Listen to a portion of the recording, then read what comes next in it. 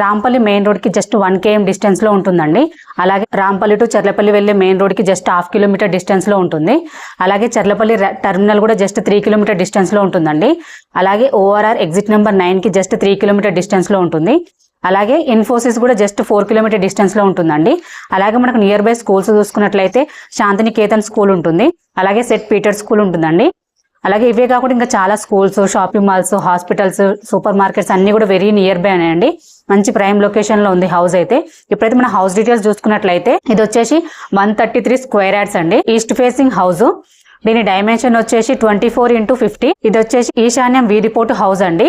ఈ హౌస్ ముందు 25 feet road ఉంది. ఇప్పుడైతే మనం హౌస్ చూద్దాము. 2 BHK హౌస్ అండి. హౌస్ అయితే చాలా స్పేసెస్ గా వచ్చింది. 133 స్క్వేర్ యార్డ్స్ లో మంచి స్పేసియస్ గా హౌస్ కట్టారు. క్వాలిటీతో కట్టారండి. చాలా బాగుంది. అలాగే ఈ హౌస్ ప్రైస్ చూసుకున్నట్లయితే 72 lakhs అండి. స్లైట్లీ నెగోషియబుల్ ఉంటుంది.